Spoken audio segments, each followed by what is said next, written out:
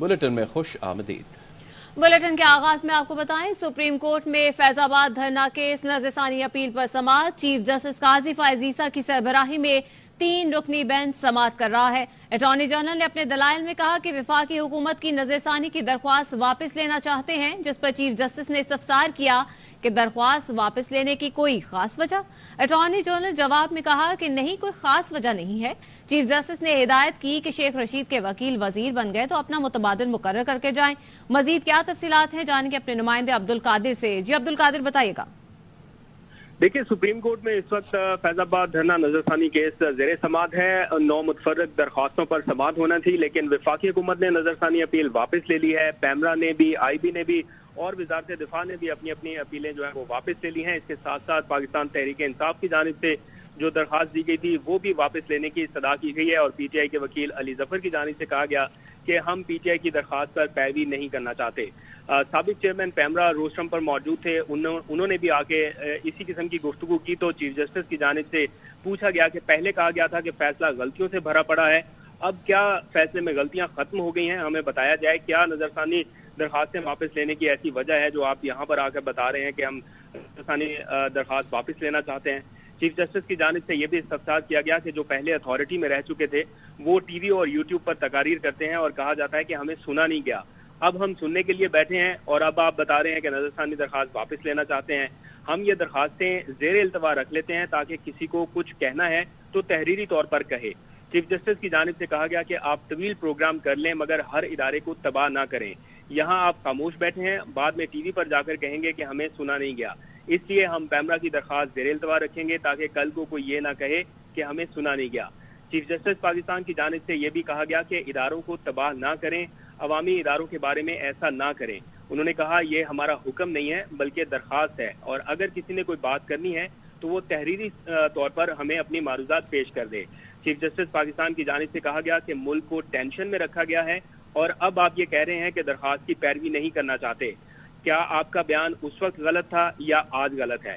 Chief justice Pakistan की जानिब से कहा गया कि आईनी इदारों को इज्जत मिलनी चाहिए और ये मामला बेहतर तरीके से आगे बढ़ने चाहिए। इस वक्त भी इस मामले की समाअत जारी है। चीफ जस्टिस की सरबराही में 3 रुकनी बेंच इस केस की समाअत कर रहा है। बहुत शुक्रिया अब्दुल कादिर।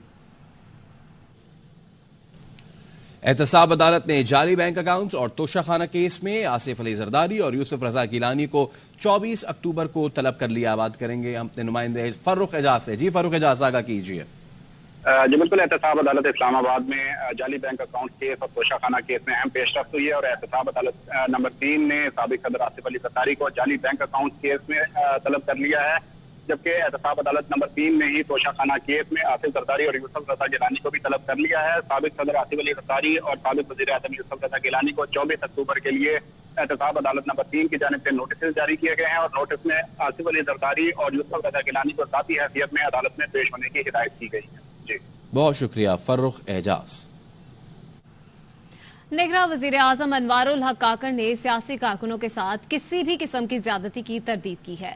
वाशिंगटन पोस्ट से इंटरव्यू में कहा सियासी कारकुनान को गैर कानूनी कार्रवाइयों पर गिरफ्तार किया गया। उनमें से कुछ वो हैं जो जलाओ घेराव और तोड़फोड़ में मुलव्वस हैं, जैसे कैपिटल हिल पर हमला करने वालों को कटहरे में लाया गया। अनवारुल हक काकड़ ने वाजे किया कि किसी भी मुल्क में गैर सियासी तर्ज अमल और मावराए कानून कार्रवाइयों की इजाजत नहीं है। फिर पाकिस्तान से तवक्को क्यों की जा रही है कि हम इस तरह के रवैये को मुआफ करें? उन्होंने मजीद कहा पाकिस्तान किसी कैंप का हिस्सा नहीं और आलमी ताकतों के दरमियान महाज आराई में फरीक नहीं बनेगा। हमारी तवज्जो सिर्फ अपने कौमी मफादात पर मरकूज है। गुज़श्ता 30 साल में मगरिब का पाकिस्तान से सलूक गैर मुनसिफाना रहा। एक सवाल पर अनवारुल हक काकड़ ने कहा पाकिस्तान की जानिब से यूक्रेन को हथियारों की फराहमी की बात बिल्कुल गलत है। चीन हमारा स्ट्रेटेजिक पार्टनर है और हमारी दोस्ती हर आजमाइश पर पूरी उतरी है। कौमी असम्बली की नशिस्त 272 से कम होकर 266 हो गई। इलेक्शन कमीशन ने नई हल्का बंदियों की इब्तदाई फहरिस्त जारी कर दी। कराची में कौमी असम्बली की 1 और सूबाई असम्बली की 3 नशिस्तों में इजाफा हुआ। एतराजात के बाद हतमी फहरिस्त 30 नवंबर को जारी की जाएगी। साबिक सेक्रेटरी इलेक्शन कमीशन कुंवर दिलशाद कहते हैं किसी को एतराज हो तो वो अदालत जा सकता है। खबर देंगे आपको स्पेशल जज सेंट्रल सहाफी खालिद जमील की जमानत बाद अज गिरफ्तारी की दरख्वास्त मंजूर कर ली गई है। तफसीलात क्या है जानेंगे फारूक इजाज से। जी फारूक, बताइएगा।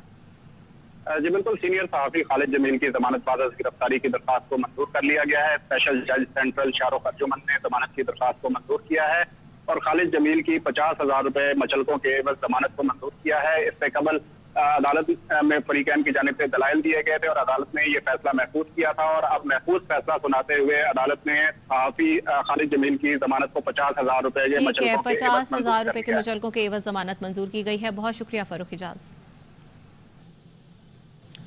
نواز شریف کا قمر جاوید باجوہ، فیض حمید اور ریٹائرڈ اور حاضر سروس ججوں کے احتساب کا بیانیہ. لیگی رہنما اپنے قائد کے اس بیانیے کا دفاع کرنے میں ناکام. کل کوئی بات آج کوئی اور. میاں نواز شریف کے ترجمان محمد زبیر نے گزشتہ روز کہا تھا کہ قمر باجوہ جب نیوٹرل ہو گئے تو ہم کیوں ان کی مخالفت کریں. پھر کہا قمر باجوہ کے احتساب پر بحث ہو سکتی ہے. ہم یہ کہتے ہیں کہ یہ ڈیبیٹ ہونی چاہیے، یہ کیا ہوا تھا. آپ کہہ رہے ہیں احتساب ہوگا باجوہ صاحب کا؟ میں نے تو نہیں کہا، میں نے کہا ہے کہ ڈیبیٹ کا حصہ ہونا چاہیے. کوئی پالیسی چیز میرا خیال ہے آپ لوگوں نے سمجھا ہی نہیں. سابق جرنیلوں اور مستقبل کے چیف جسٹس کا احتساب جو ہے وہ سر فہرست نہیں ہے. سر فہرست کی بات نہیں ہے. پہلی بات تو یہ ہے کہ دیکھیں جرنیل اور ججز ان کی accountability from within the institution ہوتی ہے. ہاں ہم وہ بھیج سکتے ہیں، اپنی گزارش پیش کر سکتے ہیں. اسی طرح سے ملٹری کی جو اکاؤنٹیبلٹی ہے سب سے اچھی چیز یہ ہے کہ وہ from within the institution ہو کہ پولیٹیکل گورنمنٹ کو اس پہ پڑھنا بھی نہ پڑے. میاں صاحب آئیں گے 21 اکتوبر کو تو وہ بالکل کلیریفائی کر دیں گے کہ کیا وہ بیانیے سے پیچھے ہٹ گئے، آگے آ گئے ہیں. ووٹ کو عزت دو کے بعد کیا احتساب کرو کا بیانیہ بھی تبدیل؟ کیا نون لیگ احتساب کے لیے اپنے پرانے اہداف سے پیچھے ہٹ گئی؟ لیگی رہنما جاوید لطیف کہتے ہیں ہم پر ظلم کرنے میں جتنے ذمہ دار فیض حمید ہیں اتنے ہی قمر باجوہ بھی ہیں. ادارے احتساب نہیں چاہتے تو چھوڑیں، مٹی پائیں. اور بھی شامل کریں گے اس بریک کے بعد. ہمارے ساتھ رہیے.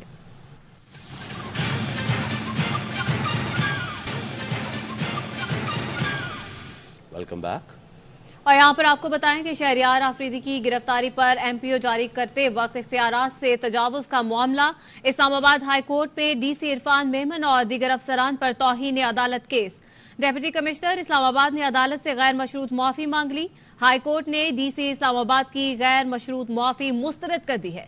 جسٹس بابر ستار ڈپٹی کمشنر اسلام آباد پر برہم ہوئے. فیملی اور دوستوں کے ذریعے مجھے اپروچ کرا رہے ہیں. جسٹس بابر ستار کا ڈی سی سے مکالمہ. جسٹس بابر ستار نے مزید کہا کیا میں آپ کو ایک اور شو کاز نوٹس جاری کروں؟ ڈی سی صاحب آپ آگ سے کھیل رہے ہیں. میں حلف اٹھا کر کہتا ہوں میں نے اپروچ نہیں کیا. ڈی سی اسلام آباد کا جسٹس بابر ستار کی اس بات پر جواب. جسٹس بابر ستار نے کہا کہ میں کیس سن رہا ہوں اور یہ مجھے کال کروا رہے ہیں. ہم عدالت کے رحم و کرم پر ہیں. وکیل راجہ رضوان عباسی کی جانب سے کہا گیا. جسٹس بابر ستار نے کہا کہ ڈی سی صاحب آپ پر انصاف کی راہ میں رکاوٹ بننے کا الزام ہے. آپ اپنے کاموں کے لیے کاز پر فوکس کرتے ہوں گے، عدالت نہیں کرتی. مزید کہا آپ کا اس کنڈکٹ کے ساتھ معافی مانگنے کا کوئی فائدہ نہیں. آپ کا جو قانونی دفاع ہے اس پر توجہ مرکوز کریں. آپس میں طے کر لیں ٹرائل کو کیسے شروع کرنا ہے. قانون کے مطابق کیس کس سنیں گے. رضوان عباسی صاحب آپ اپنے کلائنٹ سے کہیں قانون پر توجہ دیں. کراچی کے بجلی صارفین پر بجلی گرا دی گئی. کے الیکٹرک کے لیے بجلی 1 روپے 48 پیسے سے 4 روپے 45 پیسے فی یونٹ تک مہنگی ہو گئی. وفاقی حکومت نے نیپرا کی درخواست پر اضافے کی منظوری دے دی.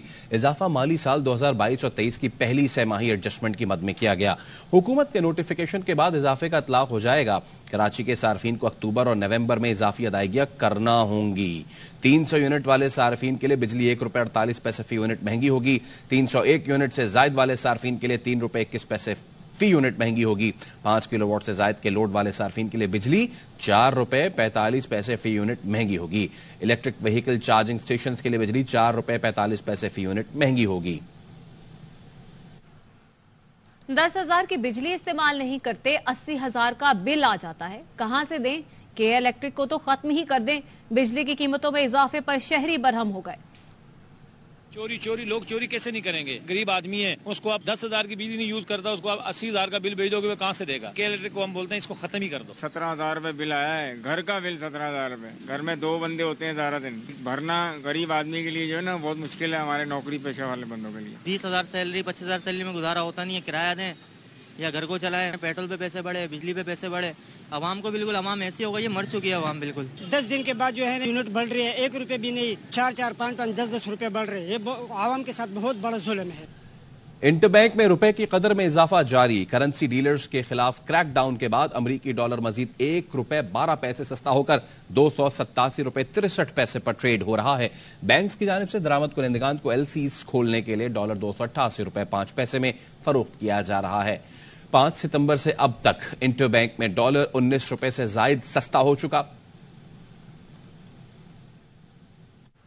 Army chief general Syed Asim Munir का पेशावर का दौरा। एपेक्स कमेटी के शुरका से गुफ्तगू में कहा, पाक फौज मुआशी तरक्की की रफ्तार बढ़ाने में भरपूर किरदार अदा करेगी।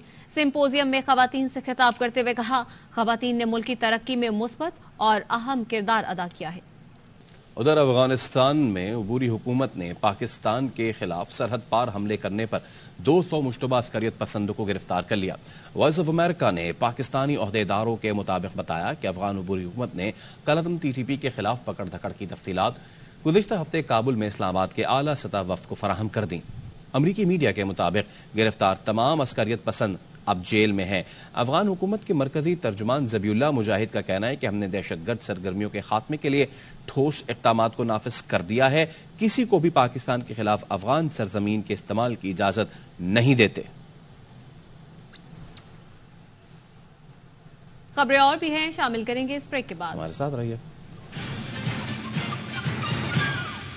और कौमी क्रिकेट टीम का भारतीय सरजमीन पर शाहाना अंदाज में वेलकम। पाकिस्तानी खिलाड़ियों की एक झलक देखने अवाम का जम्मे गफीर हैदराबाद दक्कन के एयरपोर्ट पर उमड़ आया। ग्रीन शर्ट्स ने मेगा इवेंट के लिए तैयारियों का आगाज भी कर दिया।